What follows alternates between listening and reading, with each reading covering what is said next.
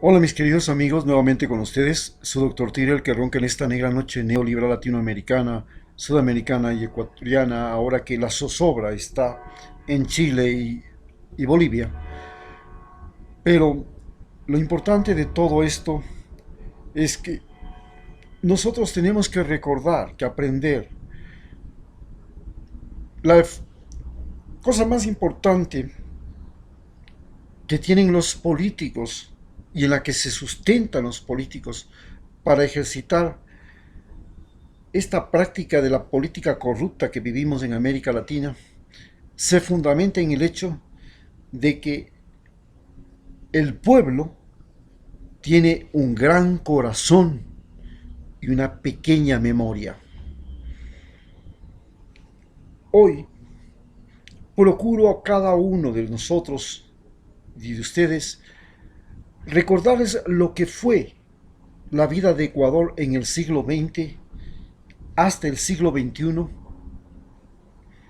con el fin de no volver a cometer los mismos errores como los estamos cometiendo y como los ha cometido Rafael Correa, Lenin Moreno, al igual que lo hizo Eloy Alfaro y Leonidas Plaza.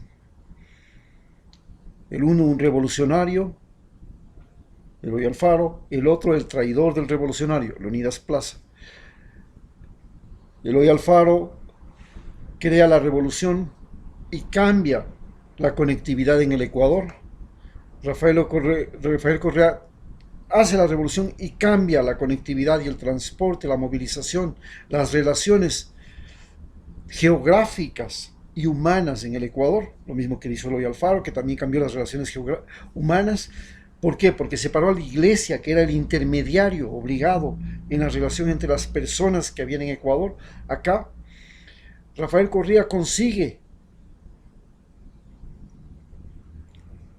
no consigue, más bien hasta fracasa, en conseguir que no sean los medios de comunicación los que medien en la relación social. Pero lo confronta.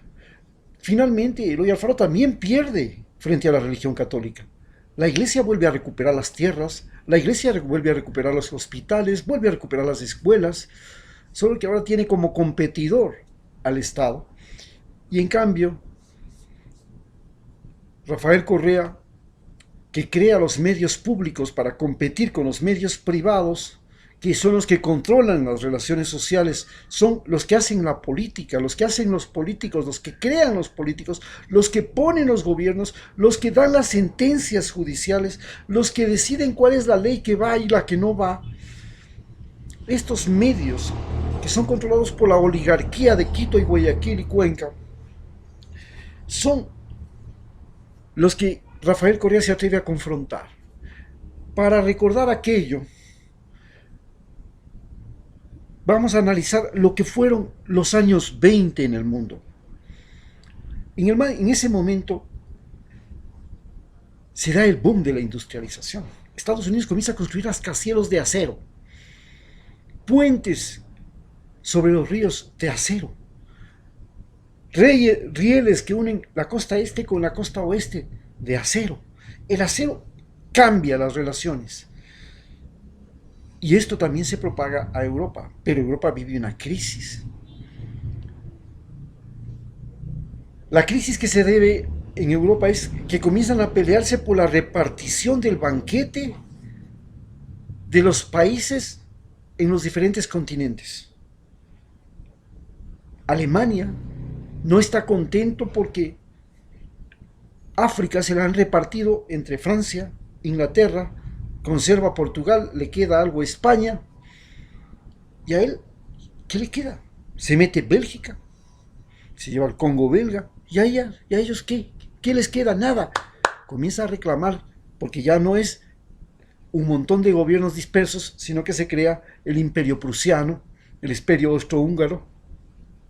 Entonces, ellos quieren también el botín africano.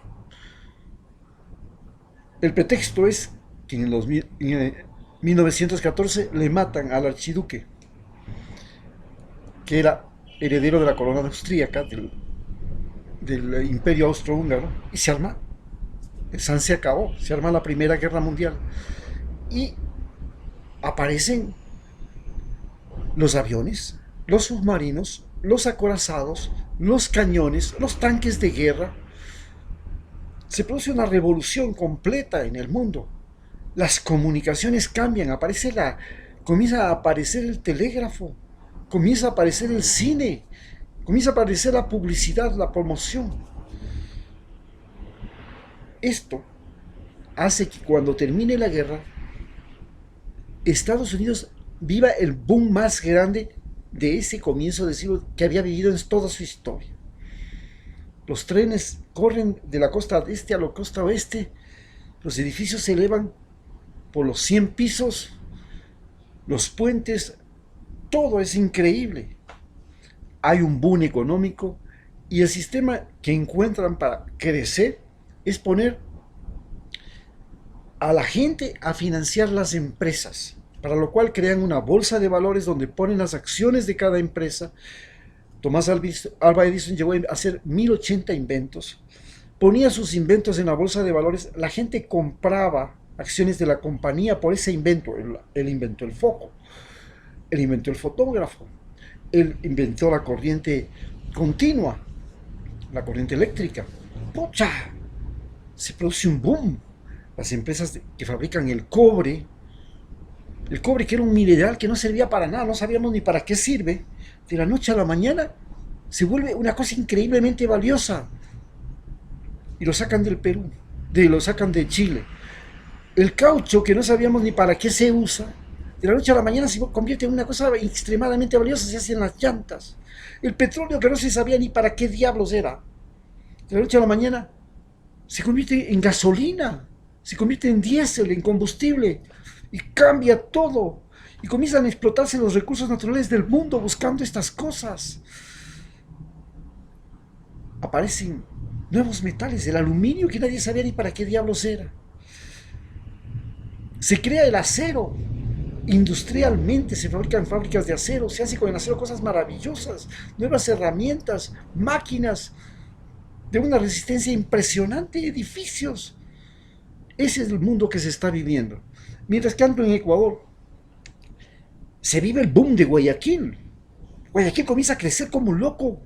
Es una ciudad que crece fantásticamente. ¿Por qué? Como ahora está creciendo Quito. Y sigue creciendo Guayaquil, pero ya no tanto como está creciendo Quito. ¿Por qué? Porque se construye el canal de Panamá. Y cuando se construye el canal de Panamá, Ecuador deja de ser el país más lejano del mundo.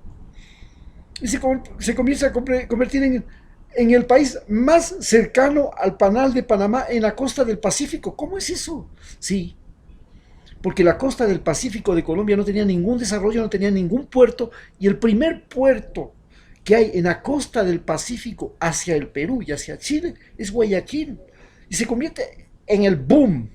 Llegan los barcos, pero ya no barcos de madera, pues llegan los barcos de acero, llegan los vaporinos, que se llamaban, los bancos de vapor, llegan los marinos, también llegan las pestes, y comienza a crecer Guayaquil, porque además llega el tren que lo construye Eloy Alfaro. Entonces llegan los productos desde la sierra, crece la población, se da un boom en Guayaquil, y aparecen los exportadores y los banqueros que se toman el poder del país, y después de la revolución de Alfaro, se da tal inestabilidad en el Ecuador que llegamos a tener 11 gobiernos en solamente 10 años. 11 gobiernos en 10 años.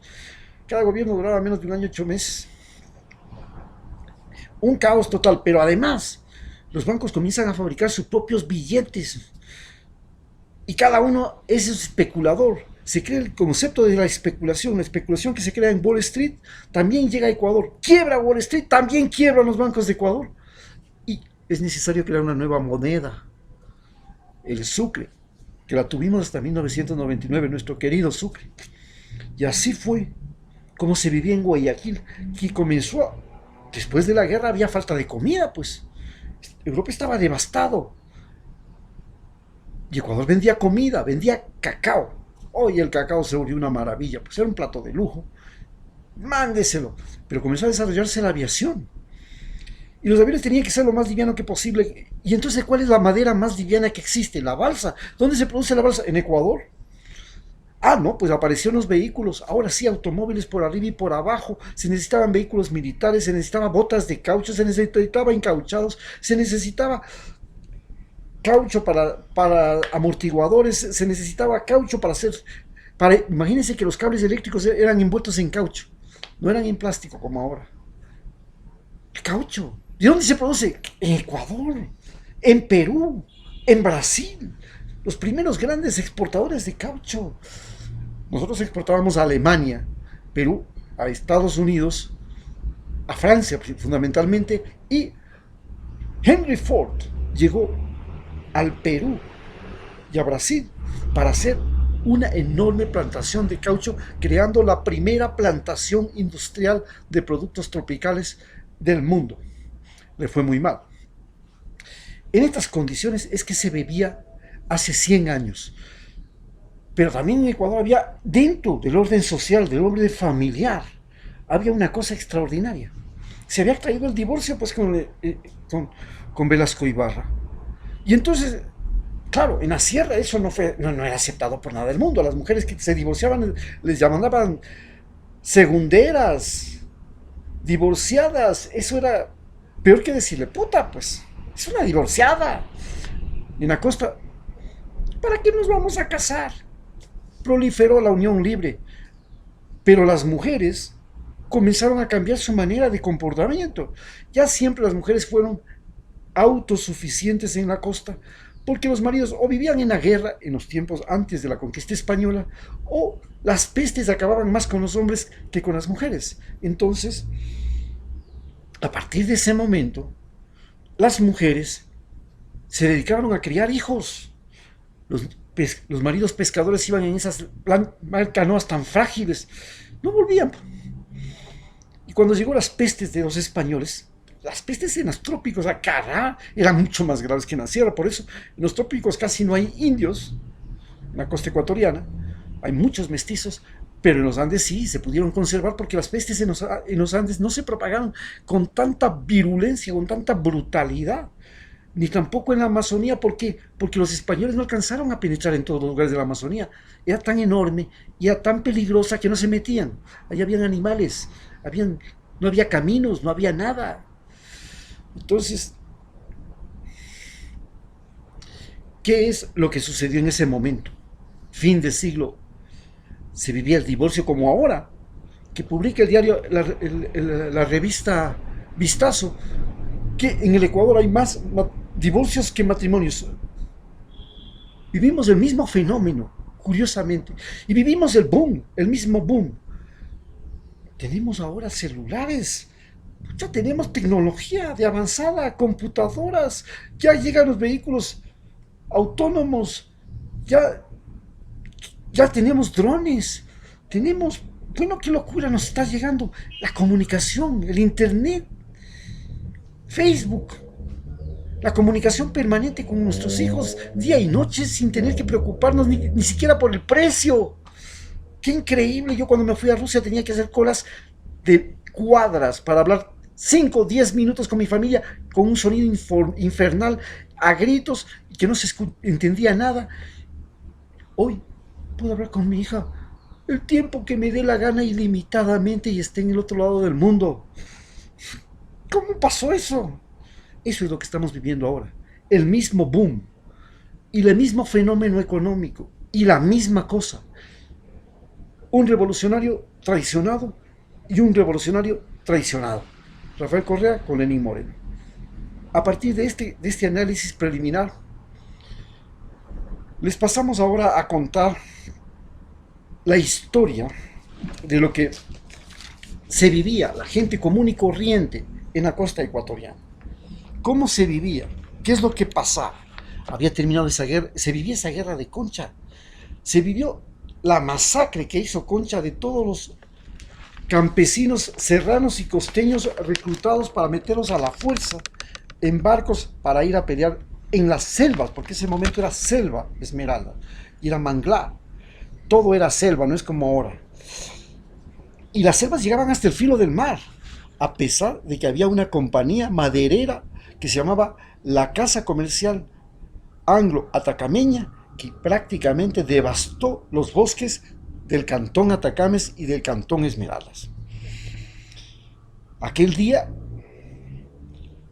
se organizó el funeral de los reclutados en Bahía, en la casa de Valentina. Allí se fabricaron los ataúdes de todos los que murieron para llenarlos de muñecos vestidos con la ropa de los difuntos, pues se pensaba que el mar se tragó sus cuerpos. Mientras se daban los últimos toques a los ataúdes, doña Clara entró en la ramada con la noticia. Ha llegado la guarnición de Puerto Viejo. Dicen que vienen a evitar la sublevación y traen una ametralladora. Abundan los soldados serranos que murieron. En tanto dicen también que los costeños no fueron tan tontos como los serranos y se quedaron mejor en los barcos porque había guaje y les dio miedo. Se salvaron muchos costeños. Los serranos sí, los embarcaron en las canoas y los botaron a que se vayan a morir nomás en manos de esos negros macheteros. Mamá, ¿no cree que debemos esperar para el funeral de Manuel? Sí, debemos esperar noticias. Y cuéntame, ¿cómo está la niña? Ya está mejor. Entonces esperemos tranquilamente. Seguro que está mejor. Ese sarampión es mortal. Sí, ha matado no sé cuántos niños, pero con nosotros ha sido benigno. Todavía no nos ha llevado la niña. Días más tarde, un velero de pescadores de Jaramillo se acercó a la orilla y bajó a una canoa. Los tripulantes remaron deprisa hacia la playa mientras los curiosos se juntaban. Antes de llegar saltó Manuel. Sus amigos lo reconocieron y lo fueron a recibir con abrazos. Doña Clemencia llegó apurada a la casa de Valentina, donde funcionaba la tienda. Luego llegó toda la familia y se juntó con otra gente del pueblo que corría a la playa para tener noticias de sus seres queridos. Valentina abrazó a su marido, le tomó de la mano. Por fin lo veía regresar. Le mostró la niña, que la traía cargada. Ella también se salvó de milagro, le dijo. El sarampión casi se la lleva. Los que le rodeaban empezaron un intenso interrogatorio a Manuel preguntándole sobre el paradero de sus familiares. No sé, la verdad, contestaba. Yo entré al combate con los soldados serranos, pero creo que muchos de nuestros vecinos debieron estar en el barco porque no los vi cuando desembarqué.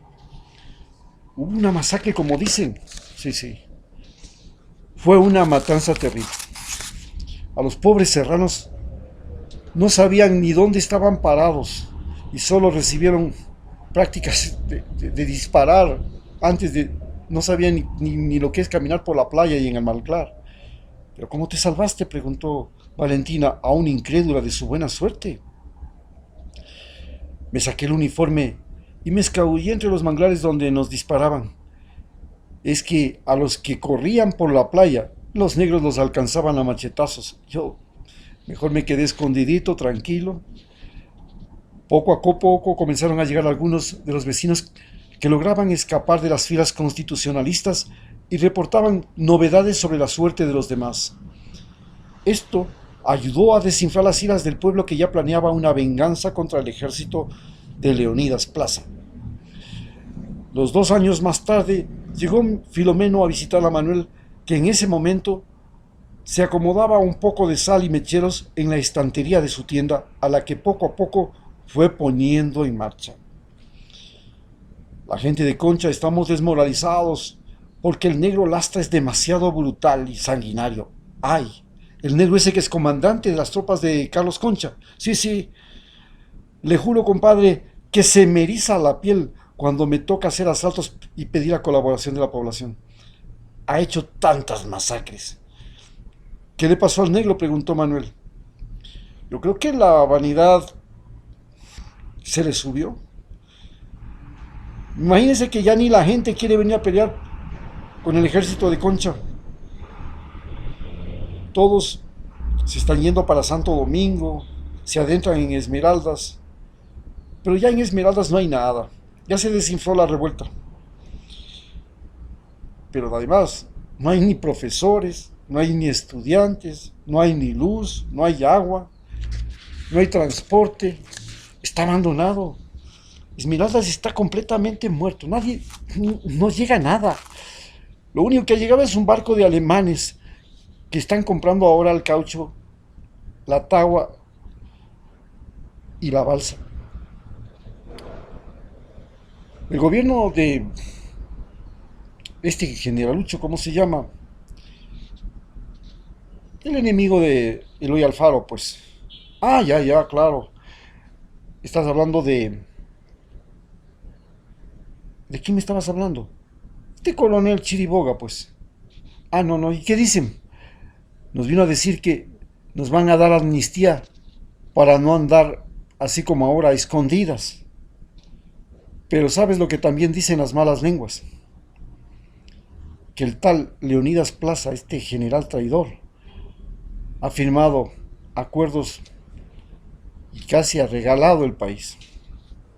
¡Qué hijos de puta! En esto terminó nuestra revolución liberal, en la pérdida de la guerra. ¡Ay, Dios! ¿Sabe, compadre, por qué ya no nos joden en Esmeraldas? Bueno, seguramente por acá, porque ya son más fuertes que aquí en Bahía. No es por eso. Movieron al ejército para que los campesinos no dejen las plantaciones de cacao. Simplemente sacaron al ejército porque las plantaciones de cacao ya no producían y no sabían cómo vender más cacao. Así que ahora todos los soldados volvieron a trabajar en las plantaciones de cacao. ¿Y qué? ¿No les pagan a los campesinos o qué? No, compita. El problema fue que, a más de la guerra, en las plantaciones de cacao se vino la peste amarilla, la fiebre amarilla. Ese es el vómito negro que le dicen. Y la gente ya no quiere trabajar cogiendo cacao ni por oro ni por plata. Razón que ha llegado a comprar cacao por acá, dice. Ay, ayer me dejaron hasta el pago adelantado para que les entregue 200 quintales. Ay, esa está buena y podrá juntar tanto. La verdad es que el cacao por aquí hasta se pudre. Hay muchísimo. También andan comprando la tagua y la balsa. Y son esos alemanes que usted me cuenta que se van a Esmeraldas. ¿Cuál es? Bueno, el asunto le voy a contar es que hubo una guerra que dicen que jodieron a los alemanes en Europa y entonces ahora se vienen ellos para acá. El regreso de Manuel al pueblo fue en general una celebración gigante y para toda la familia. La hija mayor de la familia, Valentina, fue seguida de los otros 3 hermanos y 2 hermanas hasta que se dio la guerra entre los Giler de Porto Viejo y los Andrade de Chone. La pelea era porque los dos querían ser senadores de la República por la provincia de Manabí. Usted puede creer, hubo una guerra después de eso en Manabí entre los Giler y los Andrade. Manuel, ¿y vas a votar? Preguntó aquel día Valentina a su esposo al ver lo que no dejaba su tienda. No, yo no voy, respondió Manuel. ¿Por qué? Porque los Andrade, ¿sabes lo que han hecho? Han puesto hombres armados a custodiar las mesas y tenemos que enseñar el voto a favor antes de depositarlo. Si no, no te dejan votar. ¿Y qué hace el ejército?, preguntó Valentina. Ellos son solo 2 soldados y lo demás son los hombres de Andrade, más de 100 hombres armados que están en cada una, están en las mesas. Ay, dicen que lo mismo está haciendo Giler en Puerto Viejo. Y dicen que hay un Plaza Monzón en Esmeraldas que también está haciendo lo mismo. Sí, pues, ahora todos son los caudillos. Uy, y en Guayaquil es que hay un tal Guevara Moreno que también hace lo mismo. En esos días la situación de la familia, que para entonces ya tenía 5 hijos, se volvió insostenible. Victorino Andrade, uno de los miembros del clan, que se convirtió en el perpetuo diputado de la provincia, al igual que un tal Guillén, comenzaron a molestar a Manuel, que mejor decidió irse a vivir en Pedernales, en la frontera con Esmeraldas. Estaba a unos 200 kilómetros al norte, pero ya allá no había carreteras ni el poder de los Andrade. La llegada a Pedernales fue en mula. En la villa apenas habían unas 100 casitas y una escuelita escuálida de caña, pupitres de madera con un solo profesor, donde los dos hijos mayores fueron a recibir clases. El espíritu militar de Manuel encontró en Valentina un respaldo. Llegaron a la casa de la familia que había comprado para vivir y ponerse un negocito. Valentina, te vino a cuidar tu comadre Aida, llamó Manuel desde la cubierta de la paja que estaba terminando de reparar. Valentina salió al balconcito de la casa acompañada de sus hijos, vestidos con pantalonetas y camisetas sin zapatos. Una mujer joven le traía un poco de carne de cerdo. Hola Aida, ¿cómo va la nueva casita?, preguntó la comadre. Estamos recién acomodándonos. Le traje unas libritas de chancho que lo matamos esta mañana. Muchas gracias, de gana te molestas. Esto no es molestia. En aquel pueblito, sin electricidad, ni caminos, ni mercados cercanos, los pescadores sacaban abundante pesca sin irse muy afuera del Océano Pacífico, pues el estuario de Chamanga era una verdadera piscina de peces y langostas, camarones, langostinos. Las reses y los cerdos criaban sueltos en los campos. Y el día que había abundante pesca o carne, cuando no se podía secar, se lo compartía con el vecindario, lo que dio lugar a una armoniosa relación de comunidad. En 8 meses, Manuel llegó a establecer un negocio sólido gracias a la venta de tierras y a la vaca que tenía en Bahía. Al mismo tiempo, la presencia de Aida se fue haciendo más frecuente. Los hijos ya no solo iban a la escuela, sino que aprendieron a ayudar. Las mujercitas aprendieron las habilidades del bordado y los varones de la agricultura. En la finca de la familia, la hija mayor, Manuela, y el segundo, Mario, la tercera, Piedad, y el cuarto, Palomino, eran una algarabía dentro de la casa.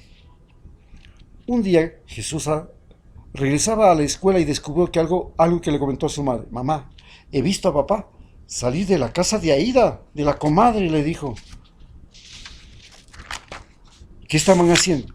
Salía arreglándose la camisa y el pantalón. Aquellas palabras dejaron helada a América. Sabía el chisme de que su comadre Aida estaba embarazada. Y para salir de dudas, un día le dijo a su marido, Manuel, tengo que ir a Bahía a hacer unas compras. A los niños les hace falta ropita y medicinas para los parásitos. Están todos piponcitos. Toma esto, es lo que tengo ahora y ve si te alcanza, respondió el marido. Sí, con esto tengo lo suficiente. Tomó el dinero y salió.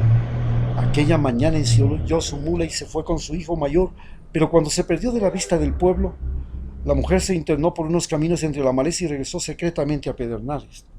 Eran como las 5 de la tarde. A esta hora Manuel le decía que se iba a reunir con los amigos para jugar un ratito a las cartas. En base a eso, América dejó la mula a cargo de su hijo y se acercó sigilosamente a la ventana de la casa de su vecina, que en ese rato traqueteaba. Aida y su esposo, Manuel, estaban haciendo el amor. La ira que la impulsaba a entrar en la casa y tomar un cuchillo que vio en el lavadero de caña de la cocina, se fue y, llena de despecho, con toda la desilusión por el descubrimiento y la fealdad de la farsa, se regresó a su casa, se dirigió a su hijo y le dijo, sin pensarlo ni un segundo más, nos vamos. Tu padre tiene otra mujer y va a tener otro hijo. ¿A dónde nos vamos? A la casa, a reunir a tus hermanos y cuanto podamos. Esta misma noche tenemos que largarnos. ¿En qué nos vamos?, dijo preocupado Mario. En este momento te vas donde el compadre Domingo el pescador y le preguntas a qué hora pasa el barco que va para la Muisne. Bien, con eso hemos concluido este recuento de la historia de Ecuador. Muchas gracias.